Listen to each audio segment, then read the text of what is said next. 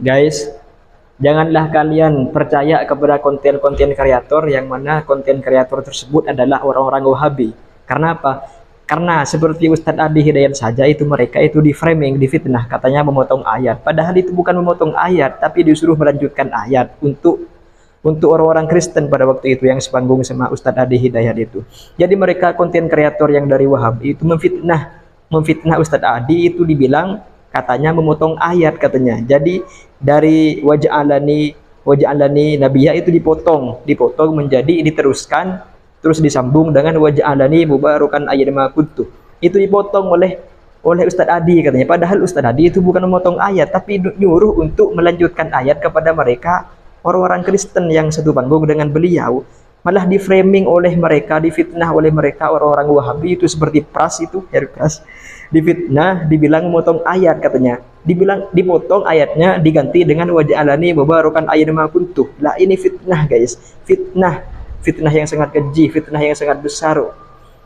Bayangkan sekarang akhir zaman benar-benar ngeri dah. Seperti Ustadz Adi Hidayat saja difitnah, Masya Allah itu.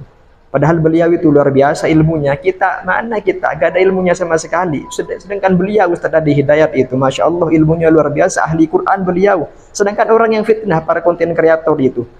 Apakah mereka hafal Quran? Gak hafal. Paling cuma satu hadis, paling cuma satu ayat gitu. Itu pun kalau lancar, itu pun kalau tahu tafsirnya. Beda seperti ulama kita, Ustadz kita. Sedangkan mereka, kok berani banget gitu. Kok berani lancang sekali. Gak ada adabnya sekarang ya. Hanya karena demi cuan, demi uang, demi viral gitu. Sampai berani-beraninya mengomentari para ulama, mengomentari dan bahkan memfitnah. Ini fitnah guys. Fitnah ini luar biasa, Masya Allah. Sampai berani-beraninya seperti itu. Melakukan fitnah, di framing segala oleh para konten kreator sekarang. Hati-hati kalian, hati-hati.